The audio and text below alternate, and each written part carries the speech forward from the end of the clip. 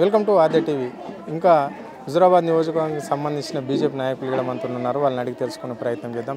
చెప్పండి అన్న, ఎందుకు హుజురాబాద్కు సంబంధించి సోషల్ మీడియాలో ఒకరిపైన ఒకరు విషం చిమ్ముకోవడానికి ప్రధాన కారణం ఏంటి? ఇక్కడ బండి సంజయ్ వర్గం, ఈటల రాజేందర్ వర్గం ఎందుకు ఇంతగానో విష ప్రచారం చేసుకుంటున్నారు, విషం చిమ్ముకుంటున్నారు? అంటే అందరూ ఒకటే గూడి కింద పనిచేస్తున్నారా లేదా బీజేపీలో? మీరు అందరం ఒకటే గుడి కింద పనిచేస్తున్నాం. మేము ఇంతకుముందు 2021 ముందు బై ఎలక్షన్ ముందు మేము కాంగ్రెస్ పార్టీలో ఉండేది. అన్న పిలుపు మేరకు మేము పార్టీలోకి వచ్చినాం. అప్పటి నుండి అన్న కోసం పనిచేస్తున్నాం. ఏది బై ఎలక్షన్లో కూడా బరిగీసి కొట్లాడి అన్నకు మెజార్టీ తీసుకొచ్చినాం. మొన్న ఏమైంది, 23 ఎలక్షన్లో నేను ఒక 297 బూత్ అధ్యక్షుడిని. బై ఎలక్షన్లో లీడ్ ఇచ్చిన ఆ బూత్కి. మళ్ళా సార్వత్రిక ఎన్నికలలో కూడా అన్నకు లీడే వచ్చింది. మొన్న ఎంపీ ఎలక్షన్స్లో కూడా 180 పైచీలకు మెజార్టీ ఇచ్చినాం బండి సంజయ్ గారికి. మేము అప్పుడు వాళ్ళు వీళ్ళని అనుకోలేదు, పార్టీ కోసం పనిచేసినాం, మేము ఆయన కోసం పనిచేసినాం. ఇప్పుడు ఏమైంది, మొన్న మండలాధ్యక్షుని ఎన్నిక కోసం అసలు ఏ బూత్ అధ్యక్షుని సంప్రదించాలి, ఏ శక్తి కేంద్రాన్ని సంప్రదించకుండా డైరెక్ట్ బండి సంజయ్ గారు ఒక రాకం సింగ్ అనే వ్యక్తికి మండల అధ్యక్షుని చేసిండ్రు. అతను ఎక్కడ ఎవరి కోసం పార్టీ కోసం ఎక్కడ పనిచేయలేదు. ఏది సభ్యత్వాలు నమోదు చేయమన్నారు, సభ్యత్వాలు ఒక 150 పైచీలకు సభ్యత్వాలు చేసినాను నేను. ఇట్లాంటి సభ్యత్వాలు చేయని వాళ్ళకు మేము క్రియాశీలకంగా ఉన్నాం, క్రియాశీలక సభ్యత్వం ఉన్నది. వాళ్ళు క్రియాశీలక సభ్యత్వం లేని వాళ్ళకు కూడా మండల అధ్యక్ష పదవులు ఇస్తున్నారు. మండల అధ్యక్ష పదవులు, మళ్ళీ మండల ప్రధాన కార్యదర్శి పదవులు. పార్టీ కోసం పనిచేయాలి. ఇంతకుముందు బీజేపీ అసెంబ్లీ ఎలక్షన్స్లలో 1600 ఓట్లు వచ్చినాయి.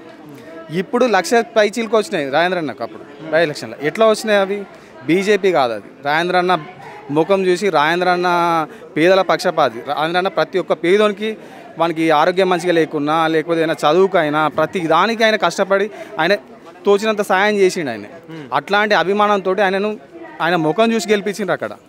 మొన్న ఏం చేసిండ్రు, మొన్న అది అసెంబ్లీ ఎలక్షన్స్లో కూడా పాత బీజేపీ నాయకులు ఈయనకు యాంటీగా చేసి ఒక కోవట్గా తయారై ఈయన ఓడిపోవడానికి కారణం పాత బీజేపీ నాయకులు. ఇది వాస్తవం, ఇది ప్రజలందరికీ కూడా తెలుసు. ఇది మళ్ళా ఈ రాజేంద్రన్న ఇప్పుడు బూత్ అధ్యక్షుడు, నేను ఒక బూత్ 297 బూత్ అధ్యక్షుడిని. మా రిలేషన్ 296లో ఉంటారు. ఆ బూత్లకు నేను పోవద్దు, అక్కడ ప్రచారం చేయొద్దు, అక్కడ ఓటు అడగద్దు. ఇట్లాంటి రిస్ట్రిక్టెడ్ పెట్టి రాజేంద్రన్న ఓడగొట్టారు వాళ్ళు. Okay, right. ఇంకో విషయానికి వస్తే ఇక్కడ దాదాపుగా 19 నెలలు అవుతుంది రాష్ట్ర సర్కార్, కాంగ్రెస్ పార్టీ అధికారంలోకి వచ్చి. మరి ఏంది ఈ రాష్ట్రంలోని కాంగ్రెస్ పార్టీ ఇచ్చిన 6 గ్యారంటీల ముచ్చట ఏంటి? 6 గ్యారంటీలు అంటే వాళ్ళు ఇప్పుడు ఏమంటున్నాడు, ఆయన ఇది ఫ్రీ అని పెట్టేసిండు. ఫ్రీ అని పెట్టేసిన తర్వాత సంక్షేమే వదిలేసిండు వాళ్ళు. కాంగ్రెస్ అనేది సంక్షేమం వదిలేసింది. ఇప్పుడు అంతా చూస్తున్నాం మనం. మా దగ్గర డబ్బు లేదు, ఏదో చెప్పులేదు. రేవంత్ రెడ్డి గారు మాట్లాడింది కదా, ఒక సీఎం హోదాలో ఉండి ఆయన అట్లా మాట్లాడచ్చా? చాలా ఆర్థికంగా అంటే ఇది కాంగ్రెస్ పార్టీ, ఈ ప్రభుత్వం అంటే ఇక చేతగాని ప్రభుత్వం అయిపోయింది. ఏంటంటే హామీలకే పరిమితమైంది, అవి సంక్షేమం వదిలిపెట్టేసింది. ఇది జరుగుతున్నది. అంటే ఇక్కడ ముఖ్యమంత్రి ఒక మాట అంటుంటాడు, ఢిల్లీలో బడే బాయ్ మోడీ నాకు అని చెప్తాడు. మరి ఇక్కడ స్టేట్లు వచ్చినాక సెంట్రల్ మినిస్టర్లను కావచ్చు, బీజేపీ కార్యకర్తలను బీజేపీ లీడర్లను ఎందుకు మరి వాళ్ళ మీద దుమ్మెత్తిపోస్తుంటాడు ఇక్కడ రేవంత్ రెడ్డి?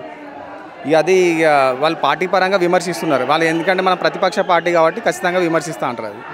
అది బడే బాయ్ అంటే అక్కడికి పోయి అక్కడ కాళ్ళు మొక్కుతాడు సాటుకు, ఇక్కడ వచ్చి మమ్మల్ని విమర్శిస్తూ ఉంటాడు. ఇది జరుగుతున్న పరిణామం. మరి ఎట్లుండబోతుంది స్థానిక సంస్థల ఎన్నికల్లోనూ హుజురాబాద్ పరిస్థితి ఏంటి?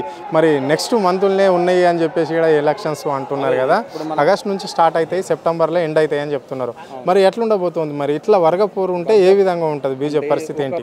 ఇప్పుడు ఒక 10 ఓట్లు వేయించలేని, 10 ఓట్లు పడనికి వ్యక్తి కూడా నేను ఎంపీటీస్గా నిలబడతా, నేను సర్పంచ్గా నిలబడతా, నేను జెడ్పీటీస్గా నిలబడతా అంటే పబ్లిక్లో ఒక ప్రజాబలం ఉన్న నాయకుడు నిలబడితే ఓట్లు పడతాయి.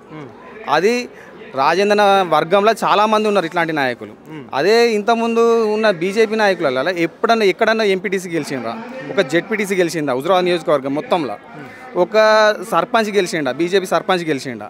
ఇది మీరు ఉదాహరణగా తీసుకోండి. తీసుకున్న తర్వాత ఇప్పుడు వాళ్ళు మాకు పాత బీజేపీ వాళ్ళకే బీఫామ్స్ వస్తాయి, మా ఈటల రాజేంద్రన్న వర్గానికి బీఫామ్లు రావు అంటున్నాడు. ఇప్పుడు మేము వచ్చింది ఏంటంటే వాళ్ళు బీఫామ్లు ఇవ్వకుండా మేము నిలబడేది గ్యారంటీ. అంటే పార్టీ అధిష్టానాన్ని గీత ఉంటుంది, ఆ గీత దాటిపోయి ఇలా వాడడం, గీత దాటిపోవాల్సి వస్తుంది. సమస్య ఇప్పుడు వచ్చినప్పుడు, ఇప్పుడు ఒక వ్యక్తి ఉన్నాడు, పుల్ల అద్భుతరావు గారు, అతనికి ప్రజలలో మంచి పేరు ఉన్నది. అతను నిలబడితే ఒక జెడ్పీటీసీ గెలవచ్చు, ఒక ఎంపీటీసీ గెలిచి ఒక ఎంపీపీ కావచ్చు, ఒక సర్పంచ్గా ఇదివరకు పోటీ చేసి కొద్ది ఓట్ల తేడాతో ఓడిపోయింది. మాది మేజర్ గ్రామ పంచాయతీ ఉప్పల్. అట్లాంటి వ్యక్తులు ఉన్నారు. అట్లాంటి వ్యక్తులను కాదని వేరే వాళ్ళకి టికెట్ ఇస్తే మేము ఎట్లా పనిచేస్తాం? అది ఓడిపోయే క్యాండిడేట్కి మేము ఎట్లా పనిచేస్తాం? చెప్పండి, మరి మీ నాయకుడు ఏ పార్టీలకు పోయే ఆలోచనలో ఉన్నాడు? ఇప్పుడు బీజేపీలోనే ఉంటాడా, లేదంటే ఇంకో పార్టీలకు పోయే ఆలోచన? ఇంకో పార్టీలోకి పోతాడని మేము చెప్పట్లేదు. మా బాధను ఈటల రాజేంద్ర అన్నకు చెప్పుకోవడానికి ఇక్కడికి వచ్చినాం. ఆయన అభిప్రాయం ఇప్పుడు చెప్పబోతున్నాడు. ఇది పరిస్థితి. అంటే హుజురాబాద్ నియోజకవర్గానికి సంబంధించి అంటే ఈటల రాజేందర్ వర్గానికి మాత్రం ఎవరైతే స్థానిక సంస్థలలో టికెట్లు ఇవ్వకపోయినా మేము మళ్ళీ పోటీ చేయడానికి సిద్ధంగా ఉన్నామని చెప్పేసి కూడా కార్యకర్తలు చెప్పడం అనేది అయితే జరుగుతుంది. అంటే ఇలాగ జరుగుతుంటే బీజేపీ పరిస్థితి ఏంది అనేది కూడా కొంతమందిలో సతమతం లేపుతున్న విషయం అందరికీ తెలిసిందే. అంటే కొంతమంది నాయకులు మాత్రం అంటున్నారు అక్కడికి సంబంధించిన వాళ్ళు అంటే బీజేపీలో వర్గ పోరాటం లేదు, అంటే హుజురాబాద్కు సంబంధించి ఎలాంటి పోరాటం లేదు అని చెప్పేసి కూడా అక్కడ అధ్యక్షుడు చెప్పడం అనేది అయితే జరిగింది. కానీ ఇక్కడ కింది స్థాయి క్యాడర్ మొత్తం కూడా అంటే ఈటల రాజేందర్ వర్గాన్ని ఏ విషయాలకు సమావేశాలకు సభలకు మాత్రం పిలవడం లేదు. ఏ కార్యక్రమానికి కూడా వాళ్ళని పిలవకుంటేనే వాళ్ళు పాత వాళ్ళము అని చెప్పేసి వాళ్ళే చేసుకున్న పరిస్థితి ఉన్నది. కాబట్టి స్థానిక సంస్థల ఎన్నికల్లో మాత్రం మాకు కూడా సరైన న్యాయం జరగకపోతే, సమన్వయంగా న్యాయం జరగకపోతే మాత్రము సెంట్రల్ మినిస్టర్ వచ్చినా ఎవరు బీఫామ్లు ఇచ్చినా కానీ వాళ్ళని ఓడగొట్టే పరిస్థితి అయితే కనిపిస్తుందని చెప్పేసి కూడా స్పష్టంగా చెప్పడం అనేది అయితే జరిగింది. కెమెరా పర్సన్ రఘుతో అరుణ్, ఆదే టీవీ, హైదరాబాద్.